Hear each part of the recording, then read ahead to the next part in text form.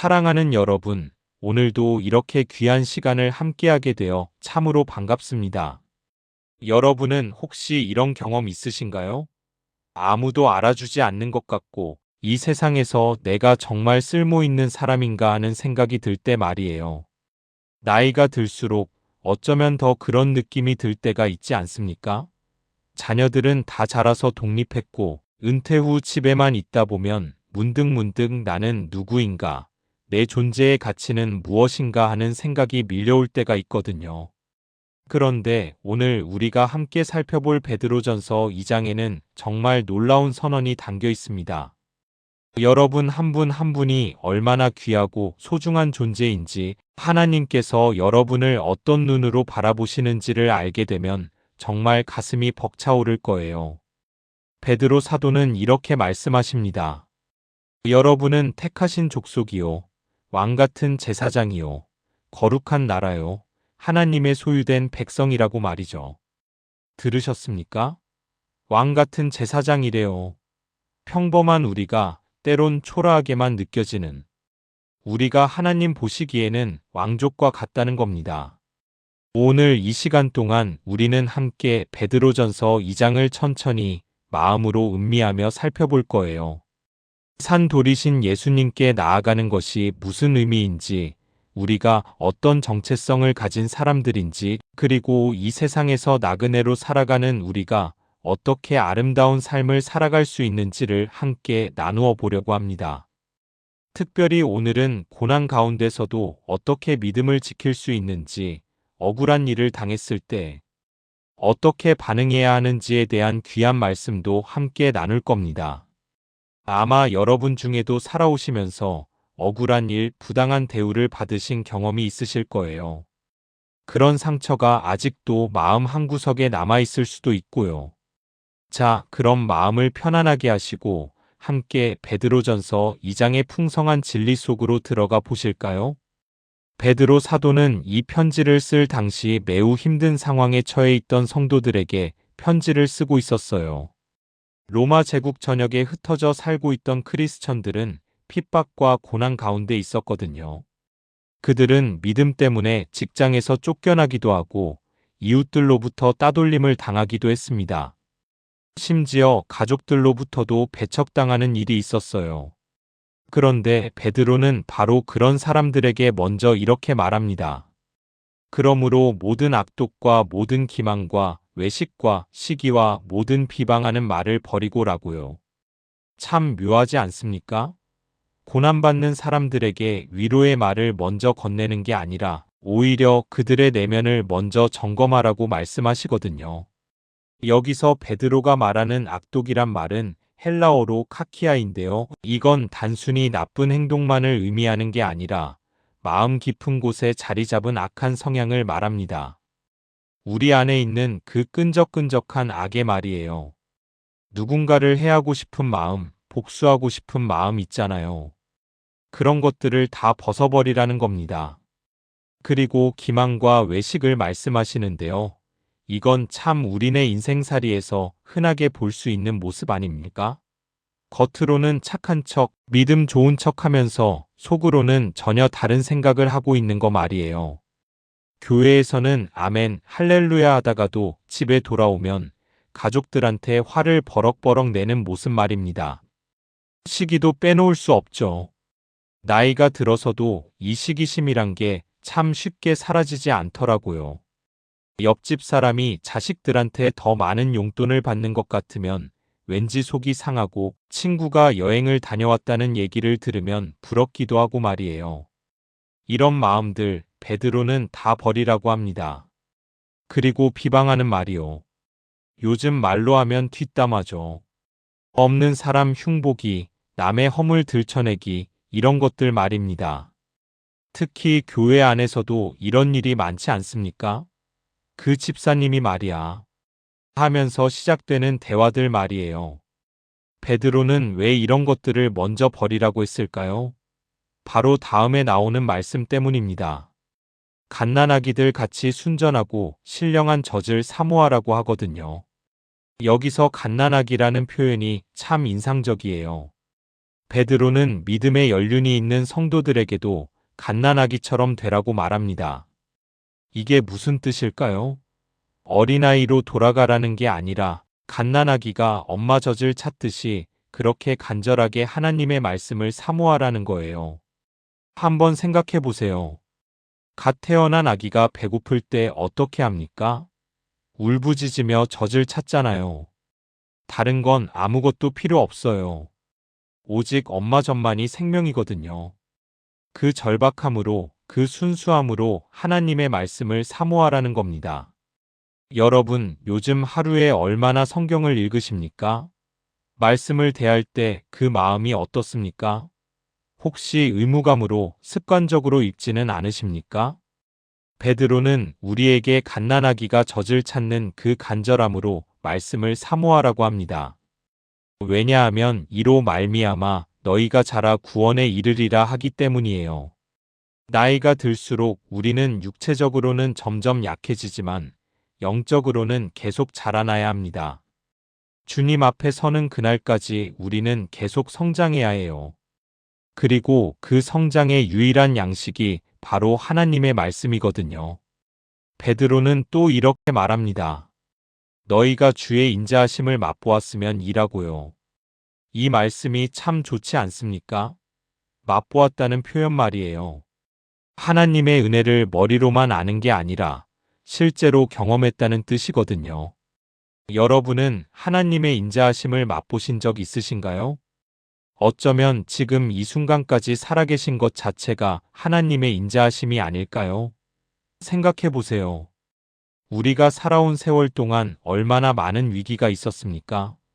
6.25 전쟁을 겪으신 분들도 계시고, IMF 외환위기를 통과하신 분들도 계시고, 코로나 팬데믹도 함께 견뎌내셨잖아요. 그 모든 과정에서 우리를 지켜주신 분이 바로 하나님이세요. 그리고 베드로는 이제 본격적으로 놀라운 진리를 선포합니다. 주께 나아와 사람에게는 버림바가 되었으나 하나님께는 택하심을 입은 보배로운 산돌이신 예수께 나아가라고 말이죠. 여기서 산돌이라는 표현이 나옵니다. 예수님을 돌에 비유한 거예요. 그런데 그냥 돌이 아니라 산돌이라고 했어요. 살아있는 돌이라는 뜻입니다. 이게 얼마나 역설적인 표현입니까? 돌은 보통 생명이 없는 무생물을 상징하는데 베드로는 예수님을 살아있는 돌이라고 표현했거든요. 이스라엘 땅에 가보신 분들은 아시겠지만 그곳은 정말 돌이 많습니다. 집을 지을 때도 돌을 사용하고 성벽을 쌓을 때도 돌을 사용했어요. 그 중에서도 가장 중요한 돌이 뭘까요? 바로 모퉁이 돌입니다. 건물의 기초가 되는 가장 중요한 돌이죠. 그런데 사람들은 바로 그 예수님을 버렸어요. 건축자들이 쓸모없다고 판단해서 옆으로 치워버린 돌이 된 겁니다. 십자가에 달리신 예수님의 모습이 바로 그거 아닙니까? 유대 지도자들은 예수님을 거부했고 로마 총독은 예수님께 사형을 선고했어요. 심지어 제자들마저도 예수님을 부인하고 도망쳤잖아요.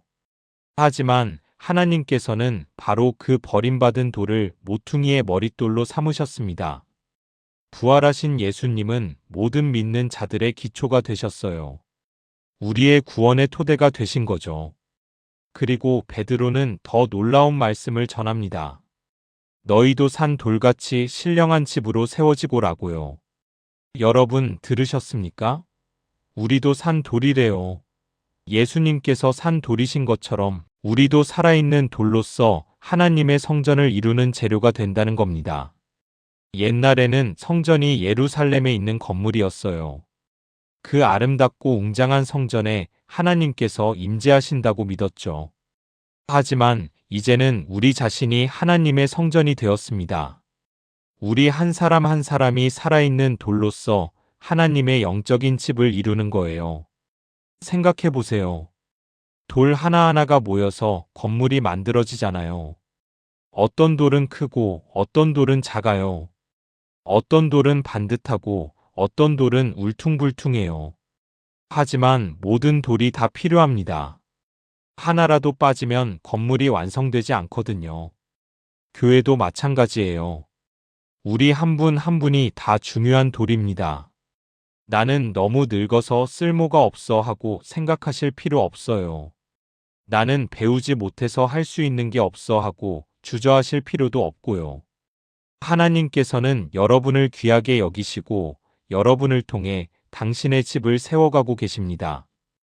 그리고 베드로는 우리가 거룩한 제사장이 되어 하나님이 기쁘게 받으실 신령한 제사를 드린다고 말씀하세요. 제사장이라는 말에 주목해야 합니다. 구약 시대에는 레위 지파에 속한 특정한 사람들만 제사장이 될 수 있었어요. 일반 백성들은 제사장이 될 수 없었죠. 제사장들만이 성소에 들어갈 수 있었고 하나님께 제사를 드릴 수 있었거든요. 그런데 이제는 모든 믿는 자가 제사장이 되었습니다. 이걸 만인제사장설이라고 하는데요. 정말 놀라운 진리예요. 여러분도 제사장이고 저도 제사장입니다. 우리 모두가 하나님 앞에 직접 나아갈 수 있고 하나님께 예배드릴 수 있는 특권을 가진 거예요. 그렇다면 우리가 드려야 할 제사는 무엇일까요? 옛날처럼 양이나 소를 잡아서 드리는 게 아니에요. 우리가 드려야 할 제사는 신령한 제사입니다. 바로 우리의 몸을 거룩한 산 제물로 드리는 거예요. 우리의 삶 자체가 하나님께 드리는 예배가 되는 겁니다. 아침에 일어나서 하루를 시작할 때 주님, 오늘 하루도 주님을 위해 살겠습니다 하고 고백하는 것, 그것이 제사예요.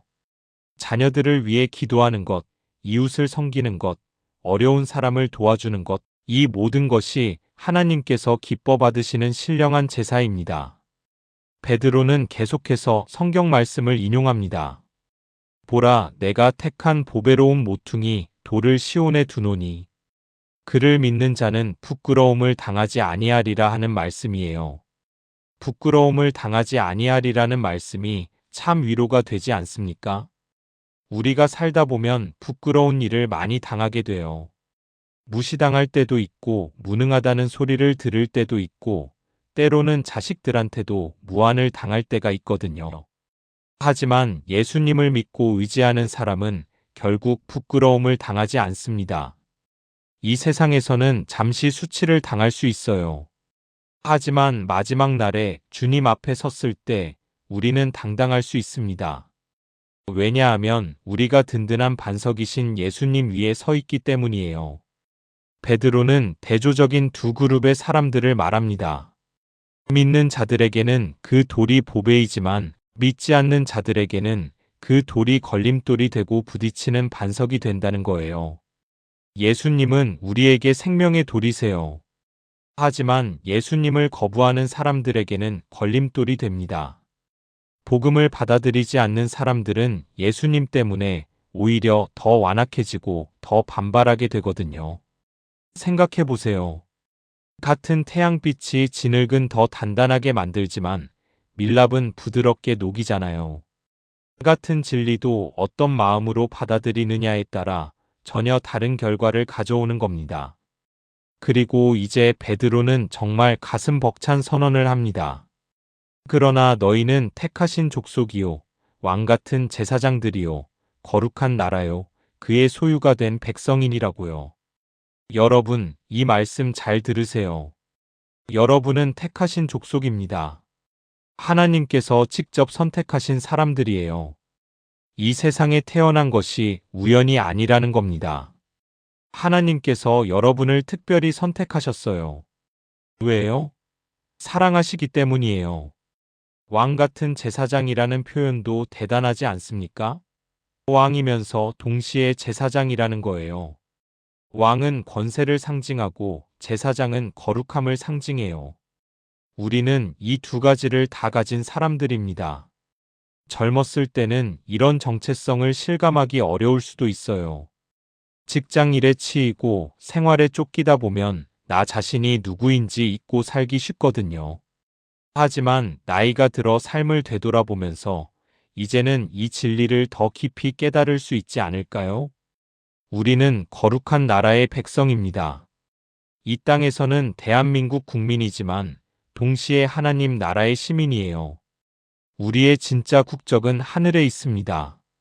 그의 소유가 된 백성이라는 표현은 더욱 감동적이에요. 우리는 하나님의 소유예요. 하나님께서 값을 치르고 사신 사람들입니다. 그 값이 무엇입니까? 바로 예수님의 보혈이에요. 예수님께서 십자가에서 흘리신 피로 우리를 사신 겁니다. 옛날 노예시장에서 주인이 돈을 주고 노예를 샀던 것처럼 하나님께서는 예수님의 생명을 대가로 우리를 사셨어요. 그래서 우리는 이제 우리 자신의 것이 아니라 하나님의 것입니다. 그렇다면 왜 하나님께서 우리를 이렇게 귀하게 여기시고 이런 놀라운 정체성을 주셨을까요? 베드로는 그 이유를 명확하게 말씀합니다. 이는 너희를 어두운 데서 불러내어 그의 기이한 빛에 들어가게 하신 이의 아름다운 덕을 선포하게 하려 하심이라고요. 우리는 한때 어둠 가운데 있었어요. 죄 가운데, 절망 가운데, 두려움 가운데 살았거든요. 하지만 하나님께서 우리를 그 어둠에서 건져내셨습니다. 그리고 기이한 빛 가운데로 인도하셨어요. 여러분의 삶을 돌아보세요. 믿음을 갖기 전과 후가 얼마나 다릅니까? 예수님을 만나기 전에는 삶의 목적도 모르고 왜 사는지도 모르고 그저 하루하루를 살아왔잖아요. 하지만 이제는 다릅니다. 우리에게는 소망이 있어요. 영원한 생명이 있고 천국이 있거든요. 그리고 하나님께서는 우리에게 사명을 주셨습니다. 바로 아름다운 덕을 선포하는 것이에요. 우리가 경험한 하나님의 은혜를, 받은 사랑을 다른 사람들에게 전하라는 겁니다. 이게 거창한 일이 아니에요. 목사님처럼 설교를 하거나 전도사님처럼 성경을 가르치라는 게 아니에요. 그냥 우리의 삶을 통해서, 우리의 말과 행동을 통해서 하나님의 선하심을 보여주면 되는 겁니다. 이웃에게 친절하게 대하는 것, 어려운 사람을 도와주는 것, 화목하게 사는 것, 정직하게 사는 것, 이런 것들이 다 하나님의 덕을 선포하는 거예요. 우리의 삶 자체가 하나님을 증거하는 도구가 되는 겁니다. 베드로는 계속해서 말합니다. 너희가 전에는 백성이 아니더니 이제는 하나님의 백성이요, 전에는 긍휼을 얻지 못하였더니 이제는 긍휼을 얻은 자니라. 이 말씀도 참 감동적이에요. 우리가 전에는 백성도 아니었대요.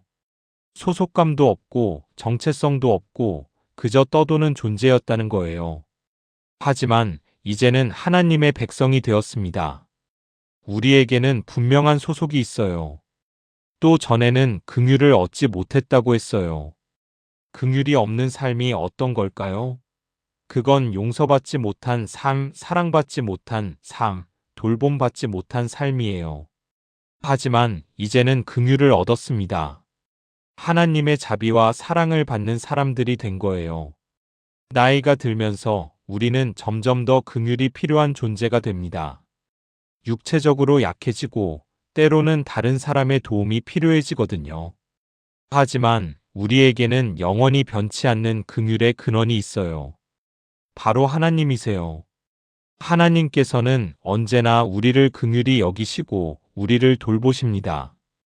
이제 베드로는 실제적인 삶의 적용으로 넘어갑니다. 사랑하는 자들아, 나그네와 행인 같은 너희를 권하노니 영혼을 거슬러 싸우는 육체의 정욕을 제어하라고 말이에요. 나그네와 행인이라는 표현이 나옵니다. 우리는 이 땅에서 영원히 사는 게 아니에요. 잠시 머물다 가는 나그네입니다. 이게 슬픈 얘기가 아니에요. 오히려 자유롭게 하는 진리거든요. 나그네는 짐이 많지 않아요. 필요한 것만 가지고 다니죠. 우리도 이 땅에서 너무 많은 것에 집착할 필요가 없어요.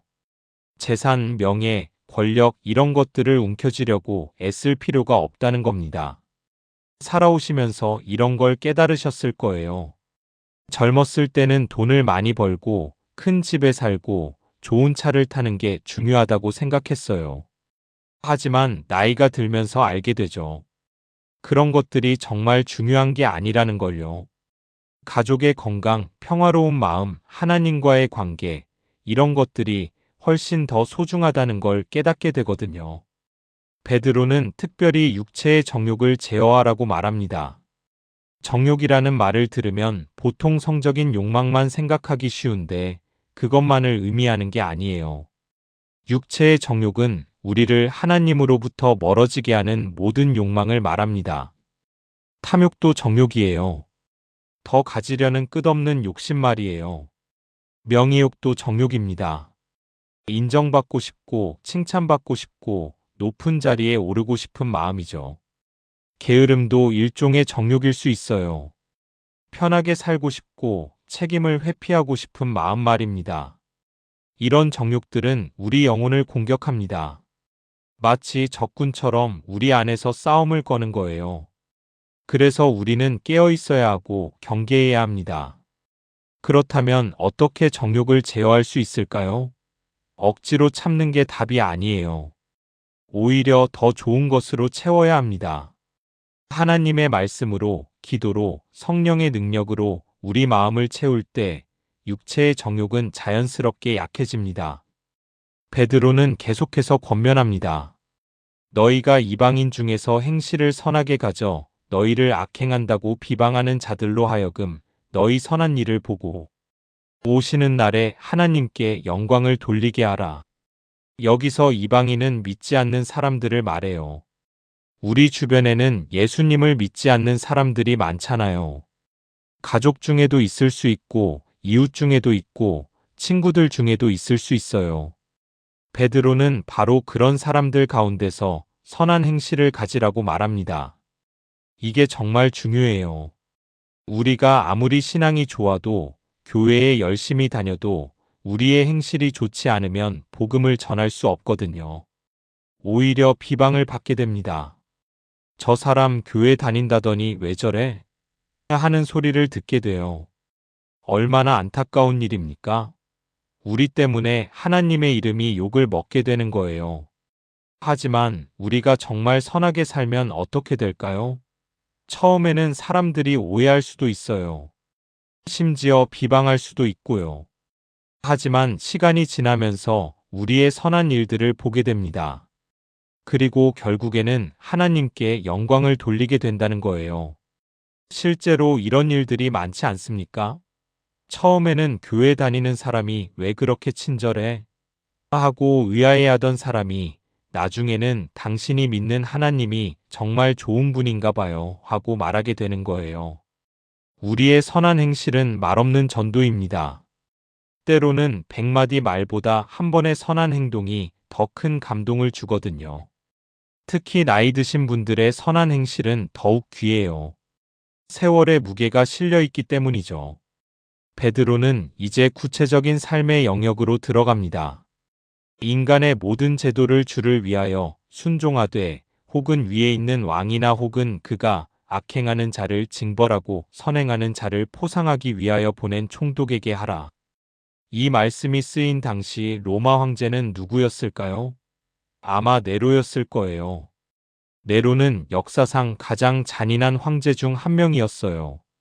크리스천들을 엄청나게 핍박했거든요. 크리스천들을 십자가에 못 박기도 하고 불에 태워 죽이기도 하고 맹수의 밥이 되기도 했습니다. 그런데 베드로는 바로 그런 상황에서도 왕에게 순종하라고 말합니다. 이게 어떻게 가능할까요? 폭군에게도 순종해야 한다는 겁니까? 여기서 우리가 이해해야 할 것은 베드로가 말하는 순종이 무조건적인 복종을 의미하지 않는다는 거예요. 주를 위하여 순종하라고 했거든요. 이게 핵심이에요. 우리가 권위에 순종하는 이유는 그 권위 자체가 대단해서가 아니라 하나님께서 질서를 중요하게 여기시기 때문이에요. 하나님께서는 무질서보다 질서를 선호하시고 혼란보다 평화를 원하십니다. 그래서 우리는 사회의 법을 지키고 정부의 정당한 명령에 순종합니다. 교통신호를 지키고 세금을 내고 법을 준수하는 거예요. 이것이 하나님을 기쁘시게 하는 일이거든요.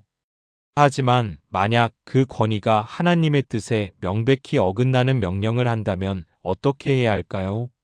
베드로 자신도 나중에 공회 앞에서 이렇게 말했어요. 하나님 앞에서 너희의 말을 듣는 것이 하나님의 말씀을 듣는 것보다 옳은가 판단하라고요. 그러니까 원칙은 이렇습니다. 권위에 순종하되 하나님의 명령과 충돌할 때는 하나님께 순종한다는 거예요. 이게 진정한 그리스도인의 자세입니다. 베드로는 순종의 목적도 말씀하세요. 하나님의 뜻은 이것이니 선행으로 어리석은 사람들의 무식한 말을 막으시는 것이라고요. 당시 로마 사회에서는 크리스천들에 대한 오해와 편견이 많았어요. 크리스천들이 반란을 일으킬 거라는 루머도 있었고, 사회 질서를 어지럽힌다는 비난도 있었거든요. 하지만 크리스천들이 법을 잘 지키고 선한 시민으로 살아가면 그런 헛소문들이 자연스럽게 사라지게 됩니다. 우리의 선한 행실이 무지한 비방을 막는 가장 좋은 방법이에요. 오늘날도 마찬가지예요. 혹시 교회에 대한 부정적인 시선이 있다면 그건 우리가 선한 행실로 바꿔나가야 합니다. 불평하거나 변명하는 게 아니라 정말 착하게 사는 것으로 증명해야 해요. 베드로는 또 말합니다. 자유인 같이 하되 그 자유를 악을 가리는 데 쓰지 말고 오직 하나님의 종같이 하라. 우리는 자유인입니다. 그리스도께서 우리를 자유롭게 하셨어요. 율법의 저주에서, 죄의 권세에서, 사망의 두려움에서 자유롭게 되었습니다. 하지만 이 자유를 남용해서는 안 돼요. 난 자유로운 사람이니까 뭘 해도 괜찮아 하고 함부로 행동해서는 안 된다는 겁니다. 우리의 자유는 하나님을 섬기기 위한 자유예요. 이게 참 역설적이에요. 우리는 자유인이지만 동시에 하나님의 종입니다. 이 두 가지가 모순되는 것 같지만 실제로는 그렇지 않아요. 하나님을 섬길 때 우리는 진정한 자유를 누리게 되거든요. 베드로는 4가지 간단한 명령을 줍니다. 무사람을 공경하며 형제들을 사랑하며 하나님을 경외하며 왕을 존대하라.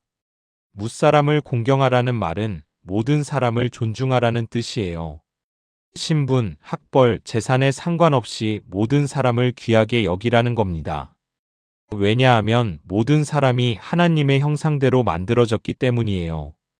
형제들을 사랑하라는 말은 특별히 믿음의 형제자매들을 말합니다.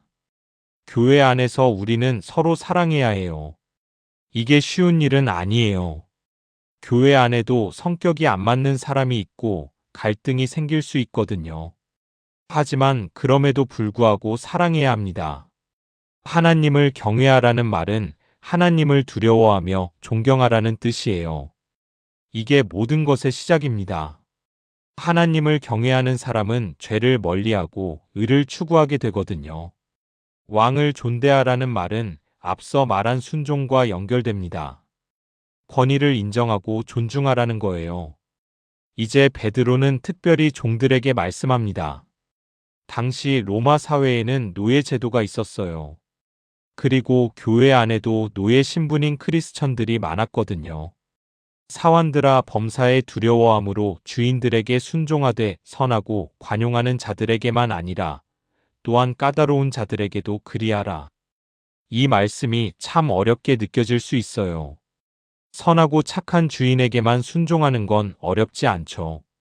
하지만 까다롭고 성질 나쁜 주인에게도 순종하라니 이게 말이 됩니까? 그런데 베드로가 이렇게 말하는 이유가 있어요. 바로 다음 구절을 보면 알 수 있거든요.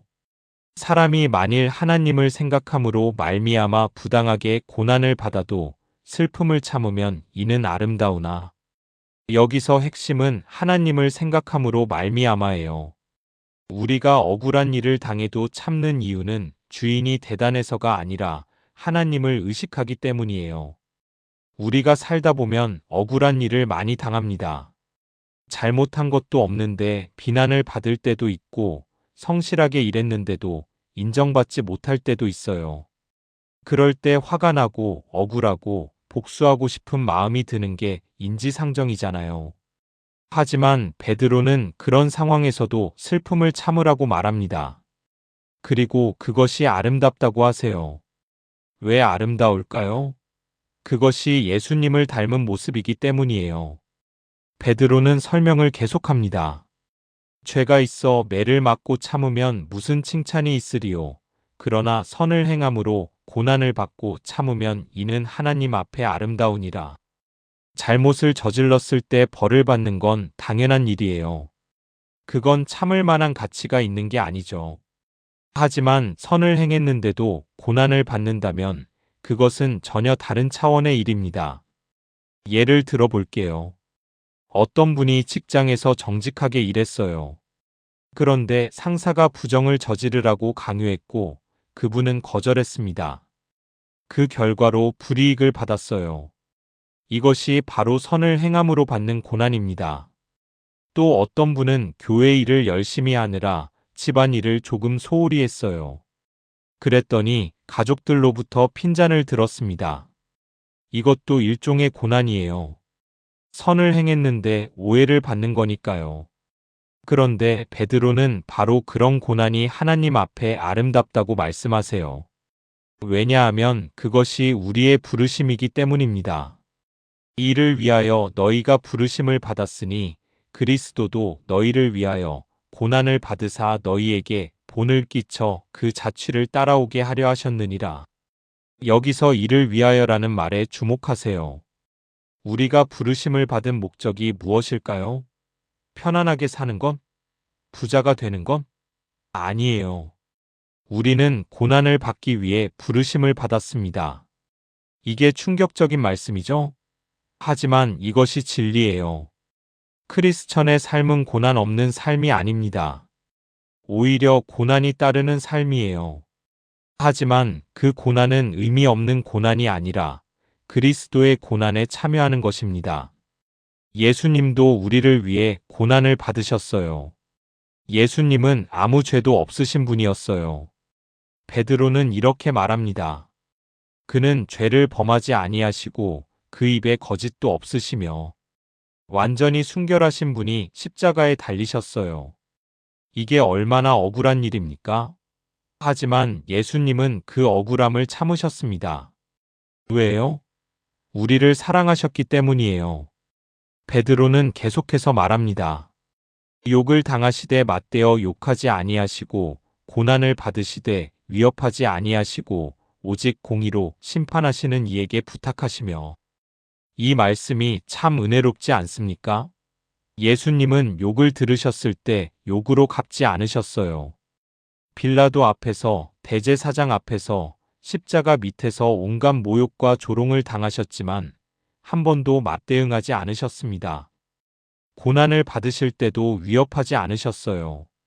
너희가 두고 보라, 내가 갚아주겠다 이런 말씀을 하지 않으셨어요.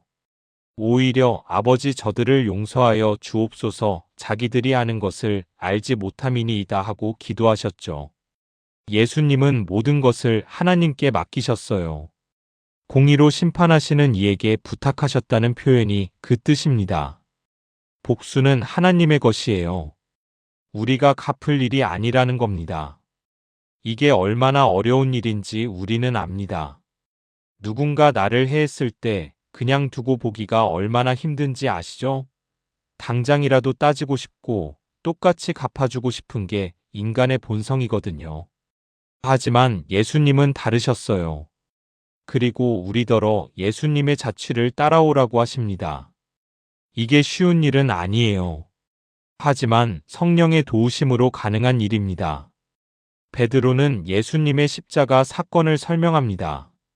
그가 친히 나무에 달려 그 몸으로 우리 죄를 담당하셨으니 이는 우리로 죄에 대하여 죽고 의에 대하여 살게 하려 하심이라. 그가 채찍에 맞음으로 너희는 나음을 얻었느니라. 나무에 달렸다는 표현은 십자가를 말해요. 십자가형은 당시 가장 수치스럽고 잔인한 사형 방법이었어요. 로마 시민은 십자가형을 당하지 않았고 오직 노예나 반역자들만 십자가에 달렸거든요. 그런데 예수님이 바로 그 십자가에 달리셨어요. 우리의 죄를 담당하시기 위해서요. 예수님이 지신 십자가는 사실 우리가 져야 할 십자가였습니다. 우리가 받아야 할 형벌을 예수님이 대신 받으신 거예요. 우리로 죄에 대하여 죽고 의에 대하여 살게 하려 하심이라. 이 말씀이 복음의 핵심입니다. 예수님이 죽으심으로 우리는 죄에 대해 죽었어요. 이제 죄가 우리를 지배할 수 없습니다. 그리고 우리는 의에 대해 살게 되었어요. 새로운 삶, 거룩한 삶을 살 수 있게 된 겁니다. 이게 다 예수님의 십자가 공로 때문이에요. 그가 채찍에 맞음으로 너희는 나음을 얻었느니라. 이 말씀도 감동적이에요. 예수님이 채찍에 맞으신 건 우리를 치료하시기 위해서였어요. 로마 군인들이 쓰던 채찍은 끝에 뼈나 금속 조각이 달려 있어서 한 대를 맞으면 살이 찢어지고 피가 쏟아졌어요. 예수님은 그런 채찍질을 여러 차례 당하셨습니다. 그 고통이 얼마나 극심했겠어요. 하지만 그 상처를 통해 우리가 나음을 얻었습니다. 여기서 나음은 단순히 육체의 질병만을 의미하지 않아요. 영혼의 병, 죄의 병도 포함됩니다. 예수님의 상처가 우리를 치유한 거예요.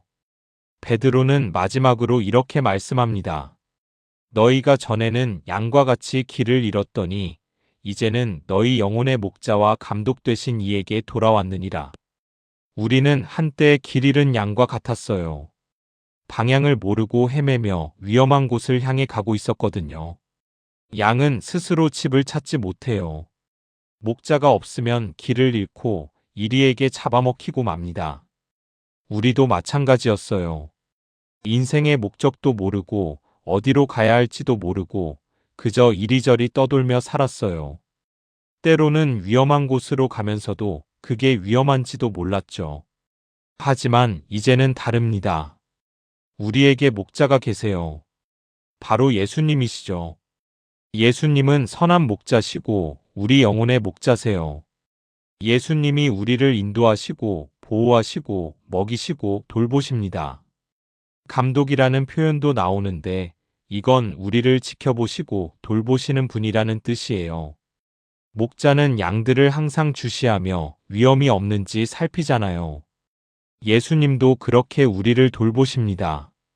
우리가 길을 잃어버릴 때 예수님이 찾아오세요. 우리가 죄 가운데 넘어질 때 예수님이 일으켜 주세요.